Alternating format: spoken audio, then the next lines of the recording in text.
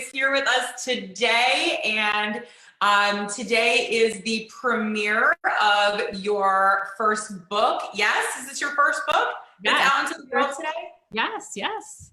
First book, Women Who Empower, where your debut story, which I'll let you share with the audience all about that, but your debut story, which I will just paraphrase as really taking some, major disadvantages and turning them into how do we make this life's greatest advantage for myself, right? And we had just talked really briefly before we came on live here about, especially in today's time, how critical this message is. So Laurie, first of all, thank you so much for being here and being with us today. I am so excited to be on this journey with you.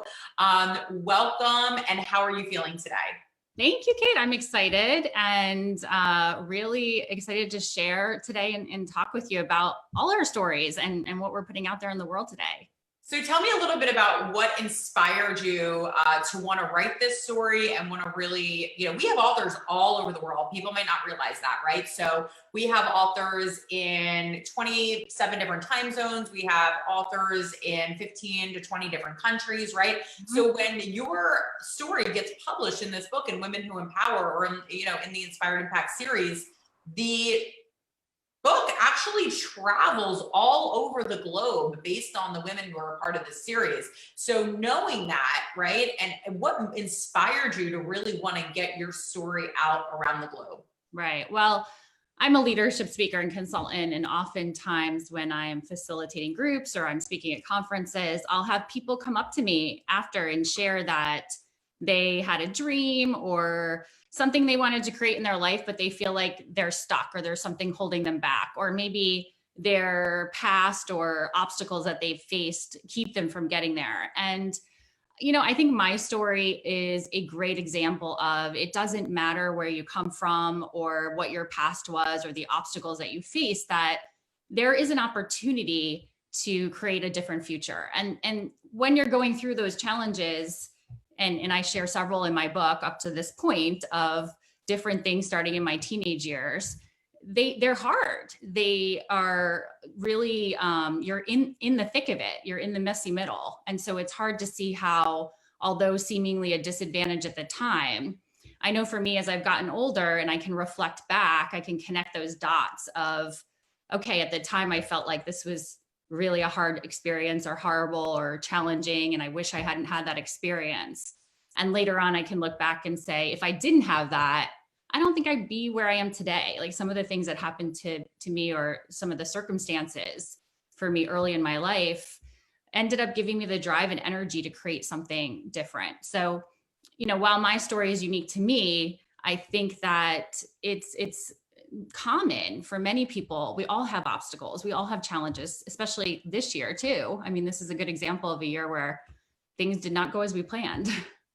So what do I do then when I am in a year that, this is one of my favorite questions for people, and you are brilliant in your leadership teachings. You are brilliant as a consultant and, a mentor, really, right? When it comes to really emerging as a leader. And so I love to ask this question because I learn each time, right? An answer is given on this, but we all have challenges, like you said, in life, and there are unexpected things that happen. And right now there was a global unexpected thing that happened, right? So everyone was experiencing at the exact same time, which it was the first time in the world that this had happened. Like everyone was experiencing at the exact same time, right, something unexpected, things out of their control, and really, quite frankly, a whole lot of fear, right, that goes around both of those things.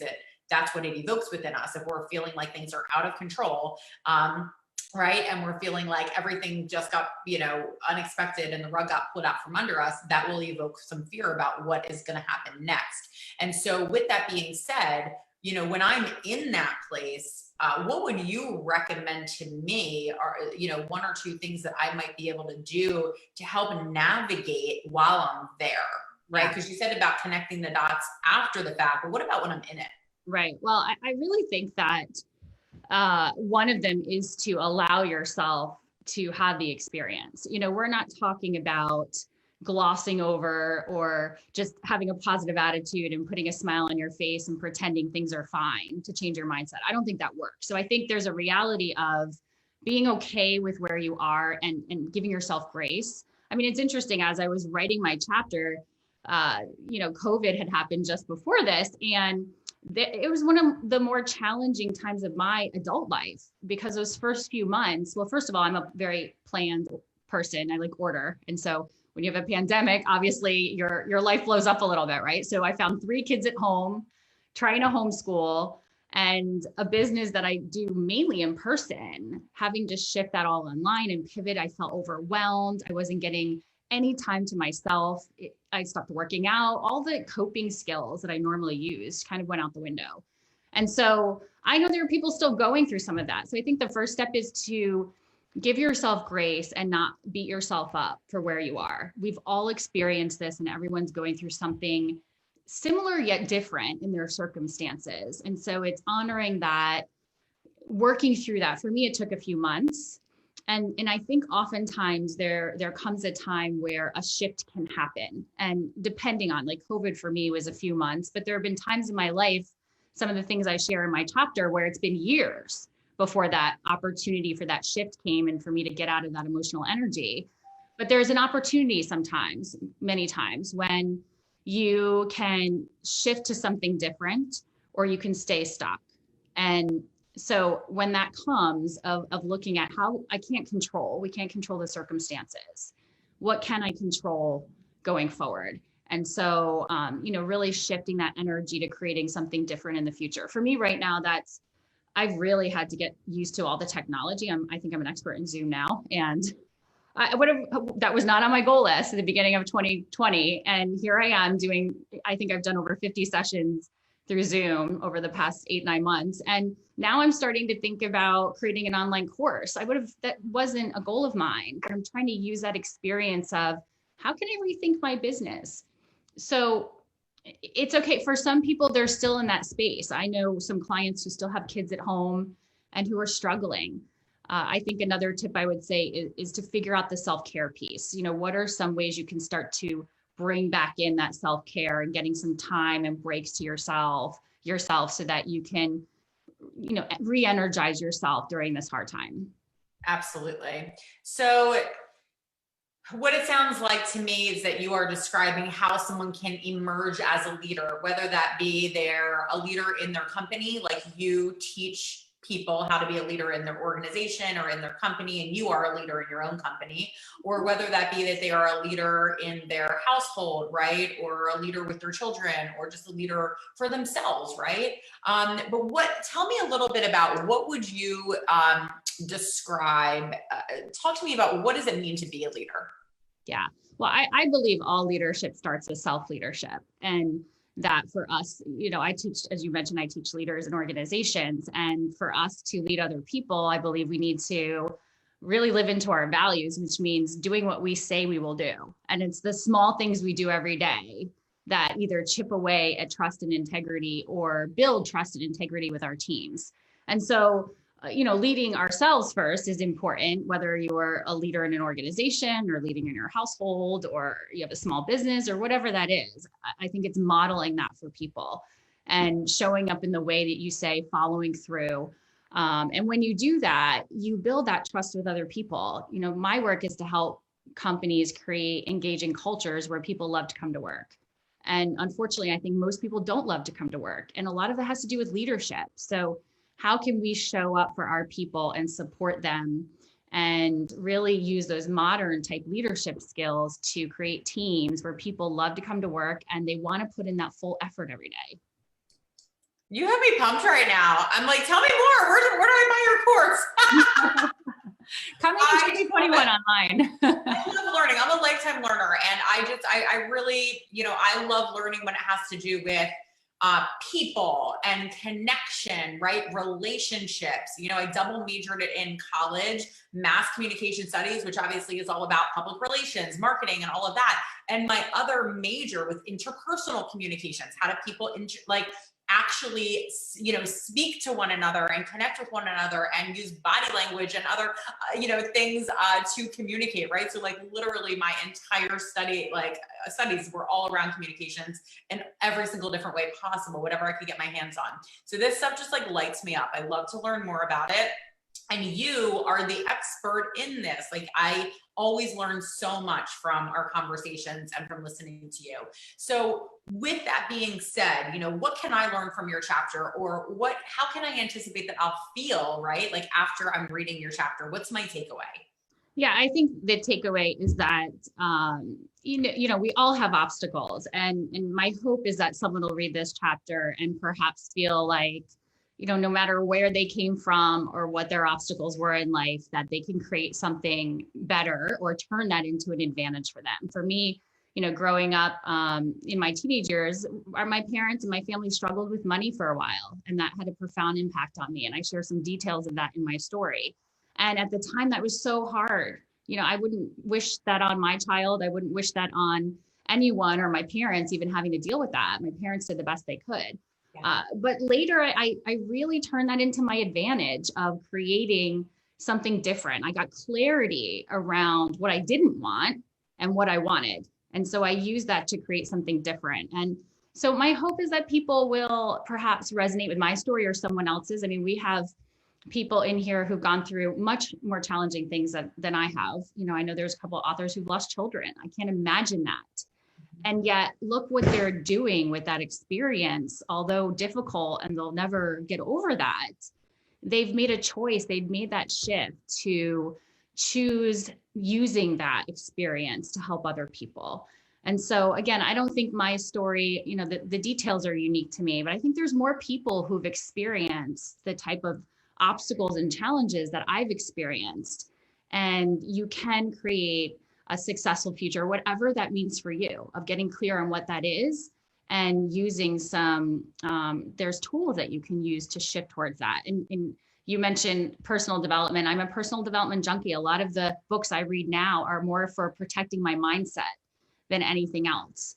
And so a lot of the information isn't really new, yet it's information to help me stay in that space. The author shares ways that maybe connect with me in a different way and make those connections. So I believe this book can really help inspire people to think differently about making those shifts in their lives. So you make a couple of really beautiful, fascinating, and interesting points here. First of all, yes, you're right. The book is for everyone. And I think that's what you're saying, is that there are some, stories that are challenges that a lot of us can't imagine. But then there are people out there that actually need to hear that story because they are going through something like that exact same thing or something similar. And there aren't a lot of people in their world or in their circle who can relate to what they're going through. So this book then becomes their lifeline because they can say, oh, wow, there's someone else out there in the world who actually understands what I'm going through. Right. So there are stories like that in here. And then there are stories like yours also who they say, oh, there's so many things in this story that I can relate to, right? Like, wow, I had a childhood like that as well. And although it might not be something traumatic, there are traumatic things in this story that have happened, right? And people need to hear that because they need to feel comforted that they're not alone. People also need to feel like where I am right now in my life, you're speaking directly to me, and I need you as my lifeline to help me out of exactly where I am right now in this moment, in this dark place, or in this unexpected, thing that has happened to me, or, just being in COVID and not being able to see your way through or out of exactly what is happening right now today in the world, right? So I love that you brought that up because it does give a beautiful depiction of exactly what this book illustrates and what it has to offer. And then the other thing you talked about was personal development, right? And that's an important piece to also note. So thank you for bringing that up, because there are so many people in this book that offer so many beautiful pearls of wisdom when it comes to personal development and personal growth. And you said that you read stuff that protects your mindset, right? I call it our $1 million real estate, right? Mm-hmm. And I always say, just be very mindful of who is paying rent, right? Or who you are letting rent your $1 million real estate. Because if they're not adding up to that $1 million, right? If they're not adding that much value to your life, if they're not adding $1 million worth of value to your life, then they cannot take up this expensive real estate. They have to be removed. They can only come visit. They don't get to stay. I think that's a huge part of getting into that place of being able to shift into what you want to create a more positive life. I mean, we all have self-doubt. We all do. Every single day, I think things of self-doubt. But then I train my mind to think differently to overcome that. So I'm no different than anyone else in that. That's exactly right. I have things that happen that aren't perfect. I think sometimes we see the Facebook facade of everything looks perfect for people. We're seeing their front stage, right? We're not seeing their backstage. So, I think in my story, I share more of my backstage of, not everything has always been perfect, yet we have this opportunity to shift our life and start to move towards what we want in our life. I mean, I could have never imagined where I am today, and thinking back to where I started from. And I really, truly believe that people can create that. They can create that meaning in their life. They can create that success, whatever that means to you, whether it's relational or with their children or financial, whatever that means, that we have that opportunity to create that. Yeah, I completely agree. I think that all of our co-authors would agree with you as well. And what I hear you saying is that, each day is a new opportunity for you to really recommit to what it is that you want to create in your own life, right? Overcoming those obstacles that may present themselves, whether it be what you're going through right now or what you may go through, right? And the reason this book is so beautiful is because none of us, to your point, myself included, you just said yourself included, and really everyone, no one is trained to actually wake up and be positive. We are actually trained. Our bodies are made, our brain is designed to wake up and identify where we may be at risk today, where we may be in danger, right? This is literally how we are designed. So, Laurie, what you are saying is so critically important as a reminder for us, or maybe it's new information, even if you've never thought about it quite this way before, which I love, is that every single day, regardless of whether you're a self-help junkie, right, like us, or you're just kind of dabbling in this world of inspiration, every single day, all of us must recommit to choosing a positive mindset and a positive reframe of the day, because we are automatically designed to actually look at it from the opposite way. So it is a daily commitment. And that's what this beautiful book is doing for all of us. It's saying, we can identify where you are, but let us help you get to the next level, because it does take this reinforcement every single day. Reading a chapter a day, or even a few pages of this a day, will help you begin to make that shift, right, on the daily basis to reframe your life into the positive. So you're just hitting so many important points here. I just love it. Well, and you mentioned the reframe, and I think that's such a beautiful way to put it, because I think that's really, in my story, what I started, the shift that I started to was reframing so I could take ownership of my own experience. And so, being stuck, feeling like, oh, this financial challenges are challenging, to reframing it up. I'm so thankful for my parents. I mean, my parents did a lot for us, and I learned so much from that experience. I'm going to use that to my advantage so much in my life now, of putting in the work and learning a work ethic and having to work hard for things. I don't know if I grew up in a really rich family, if I'd had those qualities. Absolutely. And so I'm so thankful I was able to reframe that experience, although hard at the time. And this is a point I want to make, because I think I'm not saying that we can always reframe it during the time, because that's the hard part. That's the challenging part, right? But when we make that shift to a different space, and we can start to reframe those experiences to serve us rather than hold us back, that's where I think the power can be for a lot of us. And we have to do that regularly. We're all having these experiences. We're human beings having a human experience. Is this a woman who empowers or what? I am lit up. I am so excited. Laurie, tell us where we can find you. How do we learn more about you? I want to be empowered from you every day. How do I connect with you? Thank you, Kate. You can go to my website, which is lauriemaddalena.com. I love it. We'll drop the website in the links below as well, just so it's an easy click and you guys know exactly where to find this amazing woman, this woman who empowers.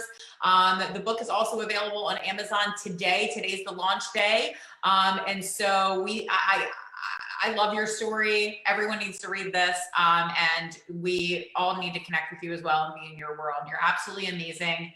Thank you for being on this journey. Thanks for having the courage to share your story so you can help so many.